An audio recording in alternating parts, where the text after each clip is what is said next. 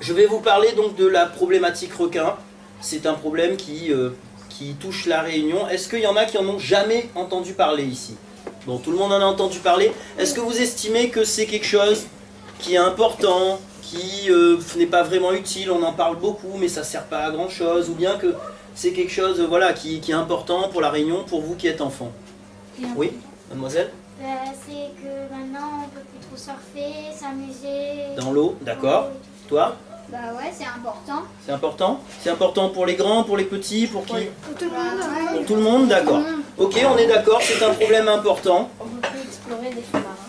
Ça devient compliqué effectivement de se mettre dans la mer. Donc on démarre. Alors la première chose qu'on va voir, c'est l'écosystème marin. Vous avez vu ça en classe. Un écosystème, c'est un système qui fonctionne, on va dire, de façon équilibrée, avec toutes sortes d'animaux qui interagissent entre eux. Alors là-dedans, est-ce que vous connaissez les animaux? Il y a les baleines. Oui.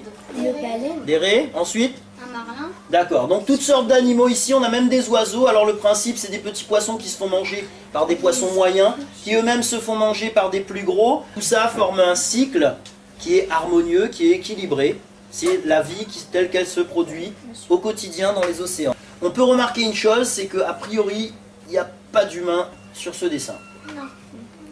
Les requins, alors beaucoup d'espèces de requins au total, 524, mais il y en a encore des nouvelles qui sont découvertes régulièrement parce que c'est un poisson mystérieux, il y a tellement d'espèces qu'on en trouve au fond des océans. On en a qui sont totalement inoffensifs, il y en a qui peuvent être plus dangereux. Dans la famille des requins, on a aussi des raies, on a aussi des chimères, c'est un poisson un peu bizarre qui vit au fond de l'eau, vous verrez sûrement jamais, et qui a un nez un petit peu bizarre. On a donc des requins qui vivent au fond de l'océan, ils ne vivent que au fond de l'océan, comme les chimères ou certaines espèces de requins plus classiques. D'autres qui vivent plus près de la surface ou à la côte, on appelle ça des requins côtiers, et d'autres qui vivent sur les récifs, qu'on appelle des requins de récif. Est-ce que vous connaissez des noms de requins là-dedans? Toi? Le requin blanc. Requin blanc? Requin baleine, requin tigre. Ça vous intéresse les requins? Vous connaissez quand même? Je vois que beaucoup connaissent. Alors, ce qui est important de comprendre là-dessus, ça ce sont les requins de l'océan Indien, donc proche de la Réunion, c'est qu'en fait, il y a requins et requins. Il y en a des petits, il y en a des gros. Il y en a des inoffensifs ou il y en a des dangereux. Il y a des petits requins, je suis allé dans un aquarium, on peut les caresser, mais je ne vous conseille pas de caresser un bulldog par exemple. Ce ne sera pas la même chose. Alors, l'alimentation des requins, ils ont toutes sortes d'alimentation les requins. Il y en a qui se nourrissent de viande ou de poissons, et il y en a qui peuvent se nourrir de petits animaux microscopiques. Alors ça, ce sont des petites crevettes, on appelle ça du krill. Le plancton, ce sont, alors celui-là il n'est pas très gentil, mais là sinon on a, vous le connaissez celui-là, un prédateur. Alors qu'est-ce qu'un prédateur? Quelqu'un peut me donner une définition qui n'a pas parlé, toi? Vas-y. Moi? Oui. Un prédateur, c'est quelqu'un qui mange les autres. Qui mange les autres. Alors c'est quoi la... Qui mange sa proie. Sa proie, d'accord, mais c'est quoi la caractéristique du prédateur? Et ben il chasse. Il chasse, donc il tue un animal qui est vivant. C'est un organisme qui met à mort des proies pour s'en nourrir ou pour alimenter sa progéniture. C'est quoi la progéniture? C'est vous, par exemple, pour les grands. Un charognard. Un charognard, c'est un animal qui se nourrit de charogne, c'est-à-dire d'un animal qui est... déjà tué. Voilà, déjà mort. Une proie. Alors ça peut être tout petit, là on voit une petite souris avec un hibou, ça peut être de la même taille, là c'est une hermine avec un lapin. Ça peut être aussi, ils peuvent se manger aussi parfois entre eux, là c'est bon, un faucon, donc ils mangent un autre oiseau, donc c'est pas exactement la même espèce, mais c'est pas forcément quelque chose de petit. Alors, deux questions maintenant. Est-ce que selon vous, l'homme est un prédateur, un charognard, une proie? Une proie. Une proie? D'accord. Donne-moi des exemples. Ben, si tu as... On tue le poisson. Non, alors tu as inversé. Quelqu'un d'autre, vas-y. Prédateur. C'est un prédateur. Pourquoi c'est un prédateur? Parce qu'il met à mort ses proies. D'accord. Vous avez déjà vu mettre à mort un animal? Oui. Levez le doigt à ceux qui ont déjà vu. Bon, la majorité. Quel animal? Qui a déjà vu un poulet ou un canard? D'accord, beaucoup. D'accord. C'est joli, c'est pas joli? C'est pas joli. Qui c'est qui a déjà vu des animaux plus gros, un cabri ou un cochon? Tout ça. Alors le cochon, moi ça m'avait traumatisé quand j'étais petit. Ouais, bon, vous pouvez baisser les doigts. Ça m'avait un peu traumatisé parce qu'il y a beaucoup de cris, de sang. C'est pas très joli. Alors, sachez que tout ça, la société, les gens aiment de moins en moins les voir. Vous, souvent, quand vous allez dans le supermarché, vous voyez un morceau de poisson qui est tout propre, tout blanc, ou un morceau de viande qui est tout propre, tout blanc. Enfin, tout rouge, pardon. Et ça, on aime de moins en moins le voir. Donc tout ce qui concerne les abattoirs, la mise à mort des animaux, c'est mis de très loin de la vue des gens, d'accord? C'est mis dans des endroits qui sont un petit peu cachés, un peu tabous. Parce que les animaux rentrent vivants et après ils sortent en petits morceaux carrés. Et ce qui se passe à l'intérieur, donc ça fait... Voilà, mais malheureusement, l'homme est un animal qui a besoin de tuer d'autres animaux pour se nourrir. Donc c'est des choses telles qu'elles se passent quotidiennement. Il y a des personnes qui ne mangent pas de viande du tout, ou de poisson. Est-ce qu'il y en a parmi vous qui ne mangent pas de viande ou de poisson? Personne? D'accord, alors ça existe, il y en a soit par conviction personnelle ou par conviction religieuse qui ne mangent pas ni de viande ni de poisson. Juste pour finir là-dessus, il y en a un qui m'a dit que l'homme peut être une proie. Oui, les requins, ils mangent l'homme. Tu n'as pas attendu que je te pose la question. C'est comme si on leur pique leur chez eux, mais au-delà de l'exemple des requins, quel autre exemple l'homme peut être une proie? Le cannibalisme. Oui, alors effectivement, mais ça reste très très rare, oui. Les attentats. Les attentats, c'est pas vrai. Non, je parle de manger, on mange pas dans les attentats. Les animaux sauvages comme les lions, tout ça. Voilà, tous ces animaux des prédateurs, donc les lions, les ours, Les grizzlies. Les guépards. levez le doigt. Donc, il existe l'homme qui, comme tous les organismes vivants, peut être victime de prédateurs. Est-ce que vous pensez que c'est fréquent ou c'est très très rare? Très très rare. Effectivement, il y a quelques milliers d'années, ça devait être très fréquent. Un enfant qui quitte sa famille, hop, il disparaît, il y a un animal qui prend et qui part avec, c'est comme ça, hein, c'est la nature. Voilà, maintenant c'est devenu quelque chose de très rare. Et est-ce que vous pensez que c'est quelque chose qui est normal, qu'on peut accepter, ou bien que c'est difficile à accepter? Attends, c'est normal pour toi. Alors pourquoi c'est normal? Puisque nous on mange de la viande, c'est comme si... Parce que les autres aussi, ils ont besoin de se nourrir. D'accord. Toi? C'est peut-être normal pour certaines personnes, mais par exemple, si elle faisait partie de la famille, elle va trouver que ce n'est pas normal. La famille, les amis, les proches, les gens qui connaissent, effectivement. Parce que, alors ici on est un petit territoire. Le problème des attaques, vous allez le voir, c'est que ça touche un tout petit territoire. Donc on connaît forcément, de près ou de loin, des gens qui sont impactés par cette crise directement. Donc ça devient moins normal. Quand ça se passe très loin, si vous entendez dans le journal quelqu'un qui s'est fait manger par un ours blanc là-bas au bout du monde, vous voyez, ça fait un petit peu le même effet pour ceux qui sont très loin et qui entendent que quelqu'un se fait croquer à l'île de la Réunion. Ils s'en fichent, ça ne les touche pas. Par contre, si vous êtes ici et que ça vous concerne vous ou des gens que vous connaissez, c'est pas la même chose. Donc, et la prévention des risques requins, eh ben, ça entre aussi quelque part dans ce cadre-là parce que ce n'est pas normal. On ne peut peut-être pas accepter comme ça d'avoir des attaques très régulièrement. Des attaques graves et mortelles. Alors le rôle des requins. Le requin, depuis une vingtaine d'années, les biologistes ont identifié plusieurs rôles importants pour les requins dans l'écosystème. Rappelez-vous, on a vu ça au début. Quelqu'un peut me donner un des rôles des requins? Toi? C'est une autre question. Il nettoie l'air des déchets toxiques. Alors, des déchets toxiques, des charognes plus précisément, parce que déchets toxiques, ça renvoie à un produit chimique et je pense qu'ils raffolent pas de pétrole ou de morceaux de fer, sauf le requin tique qui mange un peu n'importe quoi. On trouve du fer. Toi? Vas-y. Un régulateur, ok.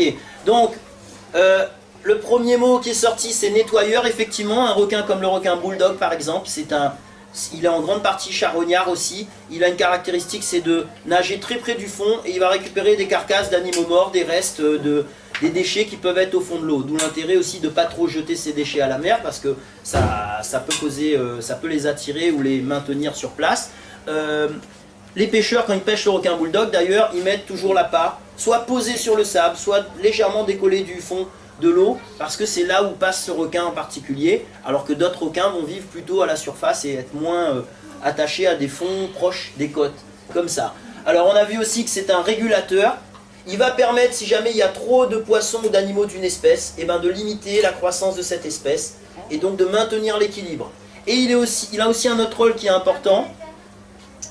C'est que il est garant de la bonne santé génétique des espèces. Alors l'homme est un animal spécial, un animal sociable. Quand des gens ont des problèmes de santé, on les soigne et on s'en occupe. Dans la nature, c'est la loi du plus fort. Ceux qui ont des problèmes de santé ou qui n'ont pas les mêmes aptitudes que les autres à la naissance, eh ben, vont courir moins vite, vont nager moins vite. Et c'est eux que les prédateurs vont attraper en premier, dans la savane ou dans l'eau. Si vous avez un groupe de tortues, le requin va attaquer en priorité celle qui va nager le moins vite, qui est blessée ou qui a une malformation. Et donc du coup, ça va permettre de maintenir que les animaux les plus forts. Et quand ils vont se reproduire, ils vont donner naissance à des animaux qui vont être toujours forts. Ça évite, on va dire, des dérives ou ça maintient la bonne qualité donc, de cette espèce. Donc voilà, on dit qu'ils sont les garants de la bonne santé des écosystèmes d'une façon générale, donc un rôle très important des requins. Mais le requin, c'est un poisson comme les autres, sans arrêt, qui se pêche et se mange partout dans le monde. Ben oui, les fish and chips par exemple, c'est fait très souvent à base de requins. Si vous allez en Angleterre, dans les pays anglo-saxons, vous avez vu ça peut-être en anglais, c'est des bonnes croquettes de poisson avec des frites. Les ailes de raie, est-ce qu'il y en a qui ont déjà mangé des ailes de raie dans la classe? De la raie? Que la maîtresse, c'est tout toi? T'en as déjà mangé? C'était bon? Oui. Oui? Tu avoues? D'accord. Qui a déjà mangé toi aussi? Qui a déjà mangé du requin dans la classe? Levez le doigt, n'ayez pas honte. Hein. Ok, bon, plus de la moitié largement, c'est à peu près pareil dans toutes les classes. C'est un poisson. Ici, à l'île de la Réunion, on peut le manger en steak ou en massalé. Et dans les Mascareignes, aux Seychelles, on peut le manger en chutney. D'accord. Le grand intérêt du requin, parce que c'est un poisson comme tous les autres, il s'en pêche dans le monde, tout comme on pêche des thons, des espadons, toutes sortes de poissons pour l'alimentation humaine. L'intérêt du requin, vous savez, c'est quoi? C'est qu'il n'a pas d'arête. Et comme il n'a pas d'arête, il est très apprécié pour les collectivités, c'est-à-dire pour nourrir des grands ensembles de personnes, et notamment les enfants. Parce que, comme il n'y a pas d'arête, vous ne risquez pas de vous étouffer avec une arête. Il y a d'autres usages du requin. Quand on mange la chair, alors il peut y avoir aussi une utilisation, par exemple, du foie pour fabriquer des produits de beauté. Chaque année, la France importe 3400 tonnes d'extraits de requin pour fabriquer des rouges à lèvres, du maquillage, des choses comme ça. Et de la baleine aussi parfois, oui.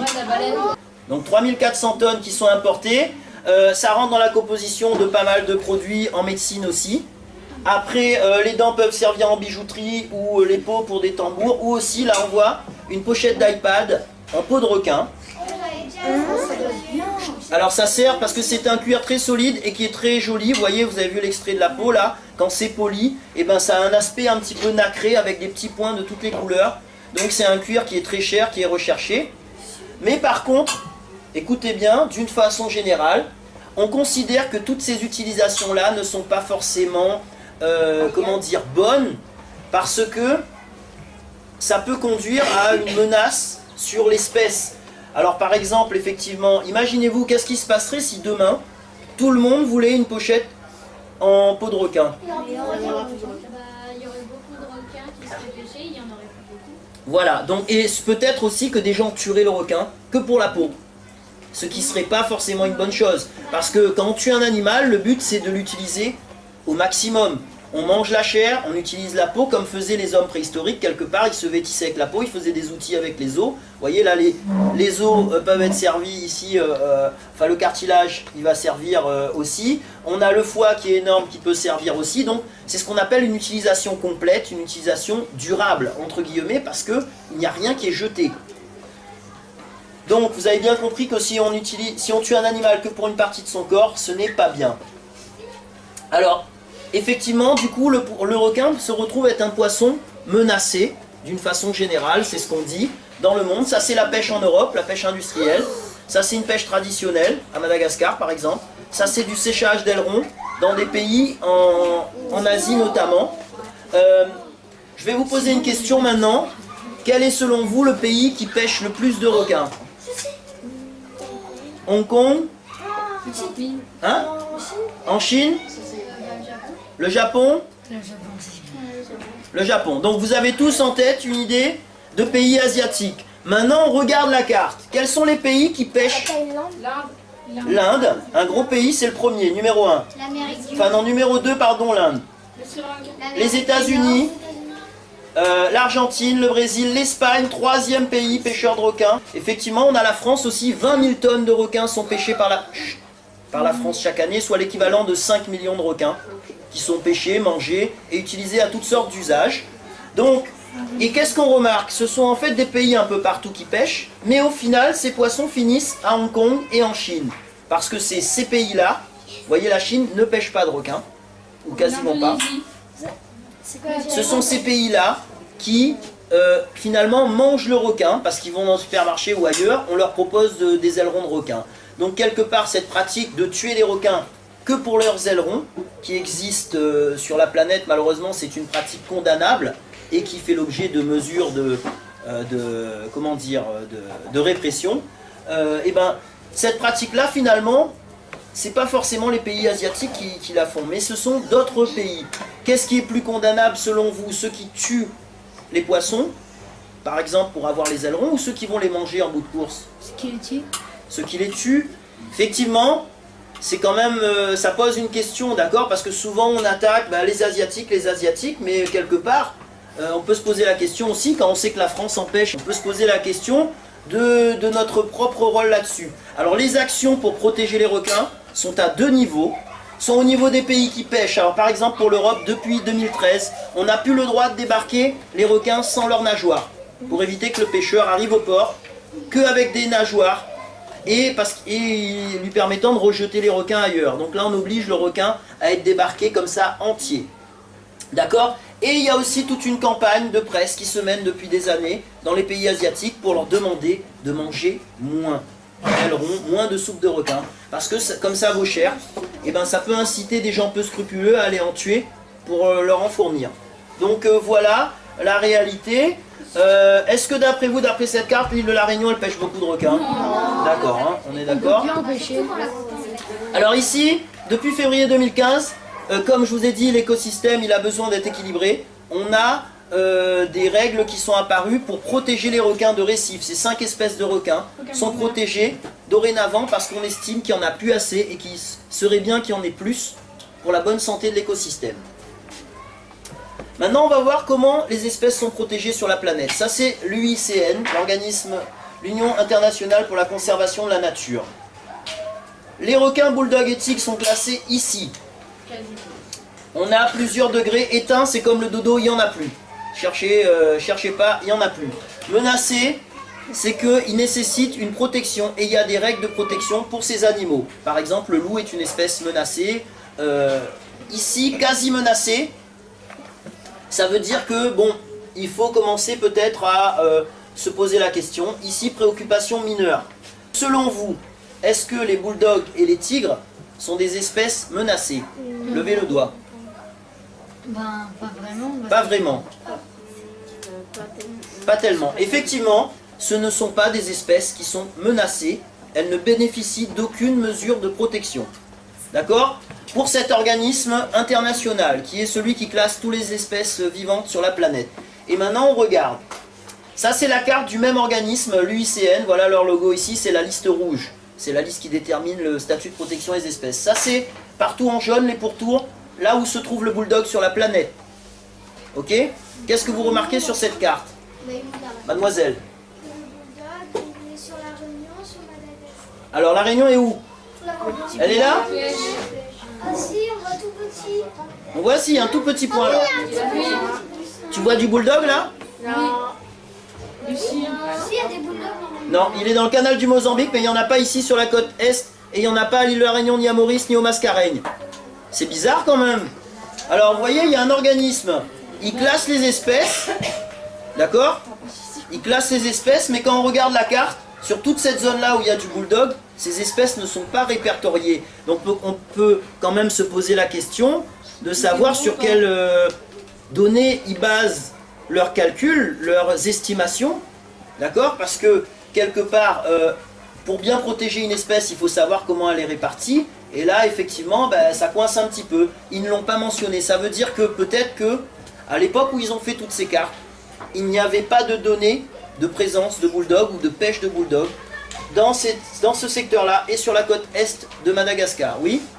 On voit aussi que sur l'Amérique, sur toute la côte Amérique, il y a des bulldogs. Oui, alors une autre petite remarque, vous verrez par la suite. Hein. Vous voyez comment ce poisson est réparti partout. C'est l'endroit peut-être là où il y a le plus d'habitants sur la planète, surtout cette zone-là qui représente la moitié de la planète. Hein. Et vous savez que ce petit point ici, eh ben déjà rien que pour 2015, on a eu 2 morts et il n'y en a eu que 6 sur la planète. 2 ici dans ce petit point là, et pour tout ça, et là c'est que le bulldog, je vous parle pas du tigre et du requin blanc qui a encore blessé quelqu'un ce matin en Australie gravement, donc le requin blanc qui est réparti aussi presque sur la moitié de la planète.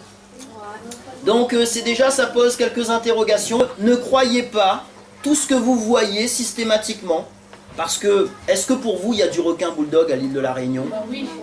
Bah oui, parce qu'ils en ont attrapé, c'est pas ce qui manque, et pourtant, si vous allez sur internet, vous ne trouverez aucune carte qui mentionne la présence de requins bulldog à l'île de la Réunion.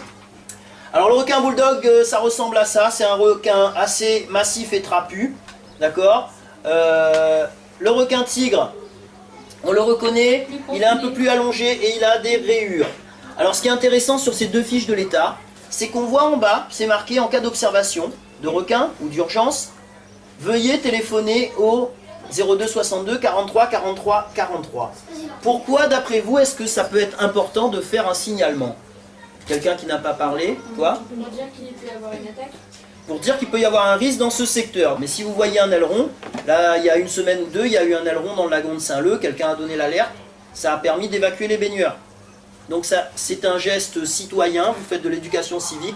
Dorénavant, à l'île de la Réunion, on a un service qui permet d'alerter la population en cas de danger. Mais si vous voyez un aileron, là il y a une semaine ou 2, il y a eu un aileron dans le lagon de Saint-Leu, quelqu'un a donné l'alerte, ça a permis d'évacuer les baigneurs. Donc ça, c'est un geste citoyen, vous faites de l'éducation civique. Dorénavant, à l'île de la Réunion, on a un service qui permet d'alerter la population en cas de danger. Alors, on va voir comment on définit un risque d'une façon générale. Pour définir un risque, il faut un risque. Là, le risque, c'est un requin. Il faut un enjeu, l'enjeu c'est des baigneurs, des humains. Et on a ça. Un aléa, donc c'est le risque. Et un panneau, ça se traduit ici, on a des panneaux partout. On a des endroits où il n'y a que le risque. Je prends un exemple, une île déserte, il n'y a pas un seul habitant, c'est plein de requins. Est-ce qu'on va parler de problème requin là-bas? Ben non, parce qu'il n'y a pas d'humains. Et on a des exemples aussi, d'accord, d'endroits où il n'y aura que de l'enjeu, il n'y a pas du tout de risque. Par exemple, est-ce que vous connaissez des endroits où on peut se baigner dans la mer et où on n'a pas d'alerte, on n'a pas de panneau, on n'a pas d'inquiétude? Oui? Dans le lagon? Dans le lagon, alors, c'est entre les deux, on verra par la suite, il y a quand même un tout petit risque, mais en dehors de la Réunion, je parle. Maurice? Maurice, L'ouest de la France. l'ouest de la France, même le sud aussi, hein. Parfois, on croit qu'il ne va pas y en avoir, mais Oui. D'autres endroits, la Guadeloupe. la Guadeloupe. Bon. C'est juste pour dire, en Méditerranée, il y a aussi des grands blancs. Oui, mais est-ce que tu vois des panneaux Non. danger requin? Est-ce qu'on t'interdit d'entrer à l'eau? Non. Est-ce que les gens sortent de l'eau à partir d'une certaine heure où ils restent jusqu'à la tombée de la nuit? Il va jusqu'à la tombe. Voilà. Donc ça veut dire que on peut considérer que le risque est quasiment nul. Il est très faible, et c'est vrai que le risque requin est faible sur la planète. C'est beaucoup plus faible que n'importe quel autre risque, sauf peut-être à certains endroits. Donc, voilà, pour qui est ici à l'île de la Réunion, eh ben, on est face à un risque requin. Parce qu'on avait en tous les cas des enjeux, on essaye de les conserver, on a le risque, donc on a l'aléa. Alors les attaques de requins, vous en avez tous entendu parler, malheureusement. On va voir maintenant des données un petit peu statistiques, je ne sais pas si vous avez vu ces notions, mais essayez de suivre. Alors ça c'est la planète entière, en 5 ans, 2011-2015, on a eu, alors j'ai rajouté ça, mais ça fait partie de la liste, on a eu 39 attaques sur toute la planète, des attaques mortelles, hein, je parle. Ici les États-Unis, on a eu 2 attaques, retenez bien, en 5 ans. À La Réunion, on en a eu 7 mortelles. En Australie, on en a eu 11 mortelles. Ça donne ça. Les États-Unis, c'est ce grand pays. Il y a 10 millions de kilomètres carrés, c'est 4000 fois plus grand que La Réunion. 340 millions d'habitants, 500 fois plus d'habitants qu'à l'île de La Réunion. L'Australie, 7 millions de kilomètres carrés, c'est 3000 fois plus grand. Et 21 millions d'habitants, 30 fois plus. Et ici, La Réunion, c'est ce petit point de sable ici. Donc là, c'est représenté le nombre d'habitants qu'il y a à La Réunion. Ça, c'est le nombre d'habitants aux États-Unis, ça c'est le nombre d'habitants en Australie. Vous avez vu que on a eu 7, ici aux États-Unis ils ont eu 2 morts. Et en Australie ils en ont eu 11. Pour un pays qui est quand même 3000 fois plus grand. Ils ont eu même pas 2 fois notre nombre de morts. Est-ce que selon vous, à la lueur de ces chiffres, le risque d'attaque mortelle de requins à La Réunion, il est faible, moyen, fort ou extrêmement fort? Extrêmement fort, effectivement. Nous sommes l'endroit, malheureusement, des gens ne veulent pas accepter cette réalité parce que c'est gênant. Accepter d'être un endroit le plus dangereux de la planète, ça nécessite de prendre des mesures. Ça nécessite d'essayer de sécuriser. Et ça, il y a des gens qui ne veulent pas l'accepter, mais c'est la réalité des chiffres. Et la réalité des comparaisons statistiques, surtout que les États-Unis, il y a du grand blanc, beaucoup, sur la Californie, en Floride et tout, et l'Australie, pareil. Donc, et je vous dis bien, la différence, c'est ça, ce sont les attaques mortelles. Regardez ici le nombre d'attaques totales, si on compare par exemple avec les États-Unis. Vous voyez le nombre d'attaques aux États-Unis, chaque année, ils en ont eu 200. Mais ils n'ont eu que 2 morts. Ce qui fait que les gens, ils disent, mais il y a tout le temps des attaques. Moi, je vois plein de gens, ils me disent, mais il faut arrêter de parler des attaques de requins. Tout le temps, il y en a aux États-Unis, j'entends ça à la télé. Très peu. Très peu. Bon, alors, sur ce site-là, c'est le site américain qui gère les attaques. Il a compté, lui, il y en a eu un petit peu plus que ça, mais lui compte vraiment que des attaques quand il y a toutes les preuves possibles et imaginables. Mais la comparaison, elle est avec les mêmes critères sur les autres pays. Donc, c'est fiable par rapport à ça. Et c'est lui qui fait référence, c'est le Shark International 5. C'est le Muséum d'Histoire Naturelle de Floride. Donc, c'est pour vous dire que vous voyez, ici à La Réunion, quand il y a une attaque, c'est très souvent très grave ou mortel. Là-bas, quand ils ont des attaques, c'est pas très grave, la plupart du temps. Et il y en a beaucoup, donc ils n'ont pas besoin de mettre en place de politique de réduction du risque. Alors que nous, ici, c'est quand même inquiétant. Alors, on va voir maintenant 2 exemples de croyances populaires. Une première croyance, on dit c'est un événement qui ne concerne que des surfeurs imprudents. Et la deuxième, c'est parce qu'il y a plus de monde dans l'eau. Là par exemple, vous voyez, c'est un spot surpeuplé.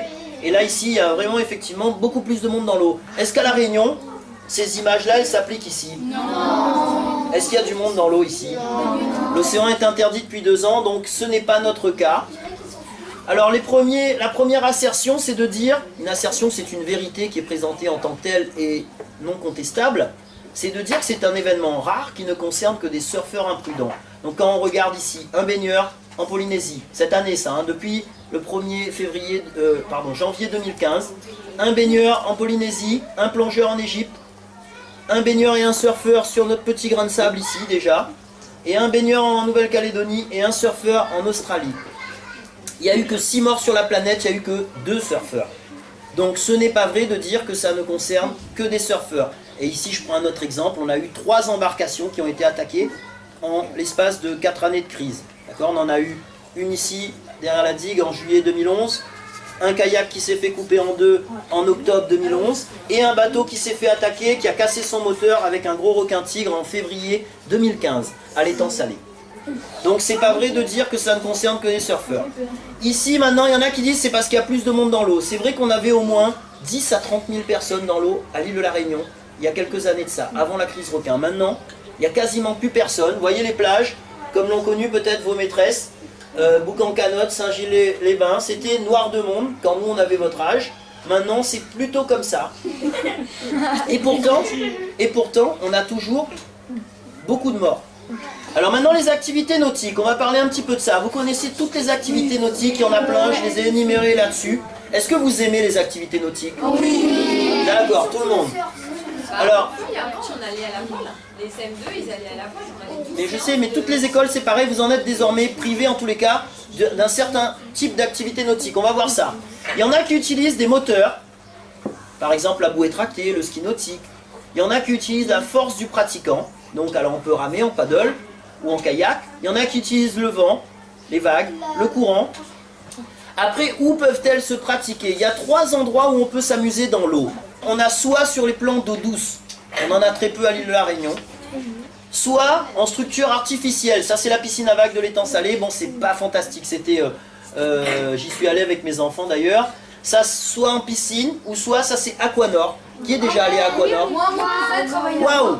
La moitié de la classe, vous trouvez ça comment? Bien sûr. Super, d'accord. Ok. Et sur la mer, on a, soit vous pouvez pratiquer ici, en dehors du lagon, là où il y a des vagues et c'est le seul endroit où on peut faire du surf, soit à l'intérieur du lagon. Mais on remarque une caractéristique. Non, c'est que c'est très peu profond. Ça pose quand même un problème parce que il y a des îles qui est déjà allé à Mayotte ou aux Seychelles ou à Rodrigue, bon, la moitié de la classe. Là-bas, le lagon peut faire jusqu'à 10 km de large et il peut faire jusqu'à 70 mètres de profondeur. Donc vous pouvez faire, il y a même des baleines dans le lagon. Vous imaginez, nous, si on avait une baleine, elle se serait brossée sur le corail depuis longtemps. Donc il y a des activités qui ne peuvent se pratiquer que en mer. On ne peut pas faire de surf dans le lagon. On peut difficilement en faire dans des structures artificielles. Et ni en lac non plus, c'est pas possible. Alors, ici à La Réunion, l'océan est un lieu principal disponible pour les activités nautiques. Parmi ces activités, il y en a qui utilisent des énergies naturelles et il y en a qui utilisent des énergies fossiles. Quelles sont, selon vous, celles qui ont le moins d'impact sur la nature? Toi? L'énergie naturelle. D'accord. Et pourtant, à l'île de La Réunion, maintenant, on a supprimé une grande partie des activités qui utilisaient l'énergie naturelle et on nous demande de faire de plus en plus d'activités comme ceci. Et c'est même une recommandation du Grenelle de la mer. C'était un grand texte qui dit ce qu'il faut faire dans la mer pour vous préserver à vous, les enfants, le meilleur avenir dans le cadre du développement durable et qui dit encourager les sports nautiques soutenables au plan environnemental. Donc ici, ce n'est pas vraiment le cas. Et en plus, on a un autre problème, c'est que notre lagon, c'est pas un vrai lagon. Il s'appelle une dépression d'arrière-récif, c'est-à-dire que c'est un lagon très jeune, où il y a beaucoup de petits habitats, et qui a une caractéristique, c'est qu'il est très peu profond. À marée basse, ça donne ça. Donc, en concentrant toutes les activités nautiques dans le lagon maintenant, parce que vous ne pouvez plus faire de voile en plein océan, vous faites de la voile ici, à trou d'eau. Mais le problème, c'est que la coque du bateau va abîmer du corail, les pagaies vont abîmer le corail, vont peut-être blesser des petits poissons. Le lagon est un lieu de reproduction et de vie pour toutes ces petites espèces. Et on a de plus en plus de monde dans le lagon, et donc de plus en plus de crème solaire. Ça pose un problème. Est-ce que notre lagon, peut-être que vous, quand vous serez grand, le lagon, il en restera plus grand-chose parce que tout le monde sera dedans puisqu'on ne peut plus aller dans la mer. Après, concernant les activités nautiques, le surf, plus précisément. Ça, c'était ce qui se passait à La Réunion avant, c'est fini. Vous voyez, on peut surfer dans de l'eau translucide, torse nu. Et tous les champions sont partis en France. Et maintenant, ils surfent plutôt dans ces conditions-là. De l'eau, vous avez vu en Atlantique, elle est pas très... Souvent, elle est pas belle, l'eau. Elle est marron. Et il faut être en combinaison. Qu'est-ce qui est plus sympa, d'après vous? Ça ou ça? Vous êtes sûr? Et pourquoi est-ce qu'ils vont tous là, alors tous nos champions? Il n'y en a pas de requin. D'accord, on est bien d'accord. Qui vont survivre ici. Pour survivre, tu as raison.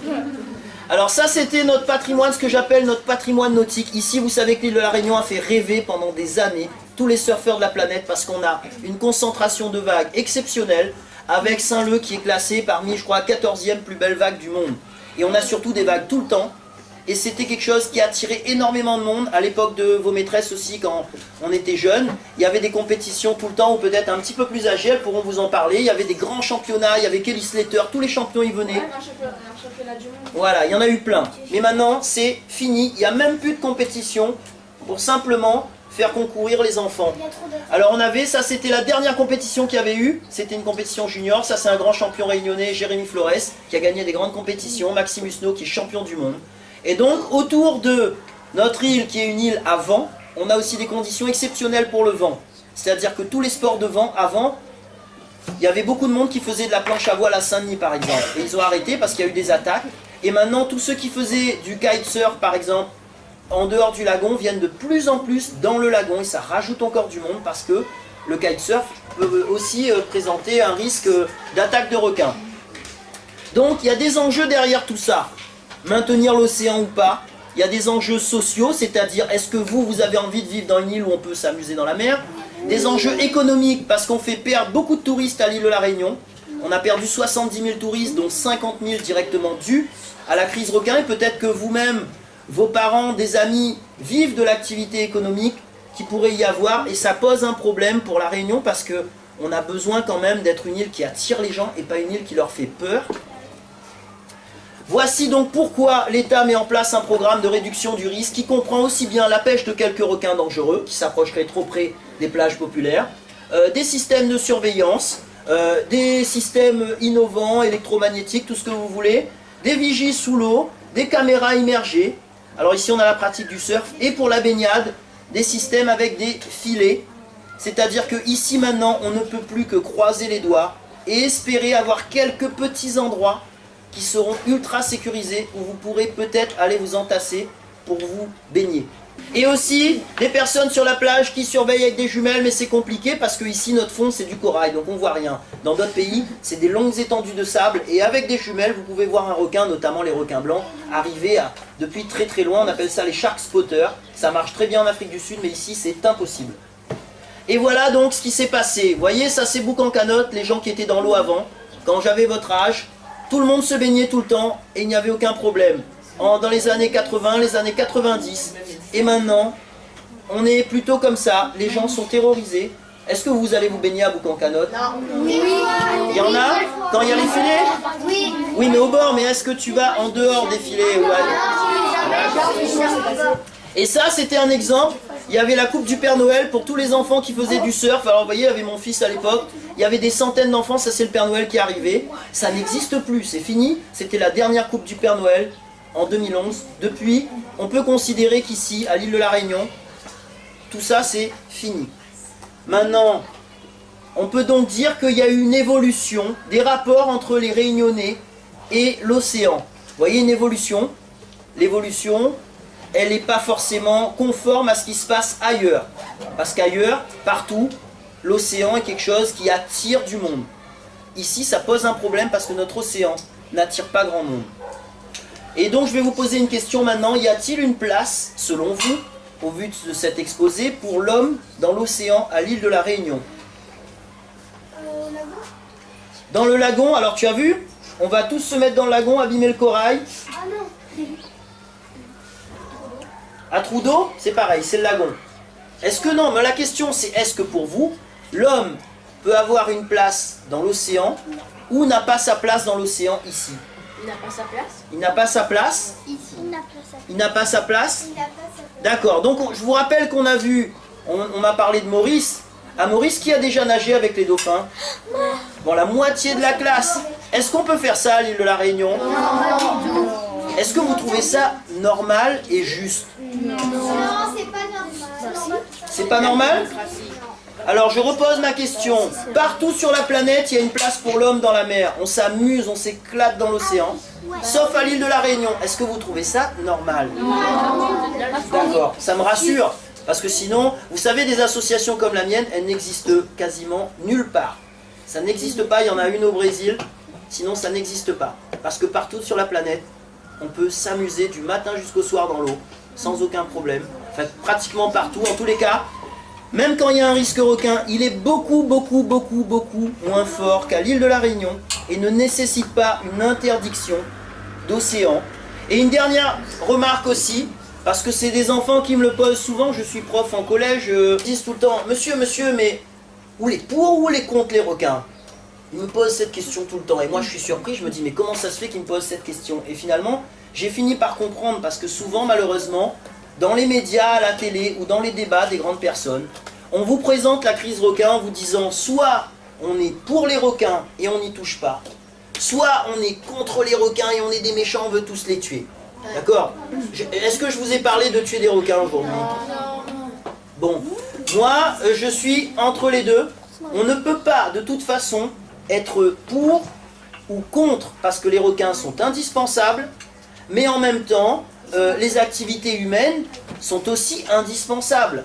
D'accord? Et il y a 524 espèces de requins. Je vous ai dit, ne mélangeons pas requins et requins.